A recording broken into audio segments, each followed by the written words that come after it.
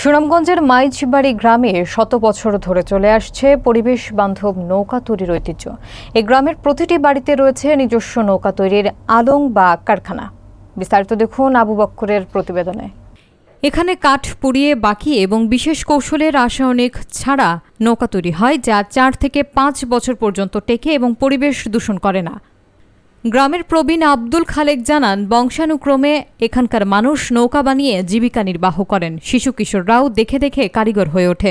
যশোর সহ দেশের বিভিন্ন জেলা থেকে কাঠ এনে সুনামগঞ্জের করাত কলে সাইজ করে তক্তা বানানো হয়। এরপর তা আগুনে পুড়িয়ে নৌকার কাঠ উপযোগী করা হয়। বাড়কি, খিলুয়া, কোষা, পানসি, গয়না সহ নানা ধরনের নৌকা তৈরি হয় এখানে। এসব নৌকার দাম 12,000 থেকে 1.5 লক্ষ টাকা পর্যন্ত হয়। হাওড়াঞ্চলের মৌলভীবাজার, কিশোরগঞ্জ, নেত্রকোনা, সিলেট ও হবিগঞ্জ জেলায় এসব নৌকা ব্যাপক চাহিদা রয়েছে। তবে বর্তমানে পুঁজির সংকটে পড়ে দাদন ব্যবসায়ী এবং সুদী মহাজনের ঋণে জর্জরিত নৌকার কারিগররা। নৌকা বানাইতো যারা বাচ্চা, যুবক, তরুণ, তারা নৌকার মধ্যে শ্রম দিয়া কাজকর্ম কইরা খানা খাদ্য খায়, চলাফেরা করে। আসলে এই নৌকার মাধ্যমে আমরা 5,000 মানুষ আমরা শ্রমিক। আমার না ফন্ডটা আছে, ফন্ডটা রাখতে ব্যস্ত আমরা খুব কষ্টের মাঝে আছি।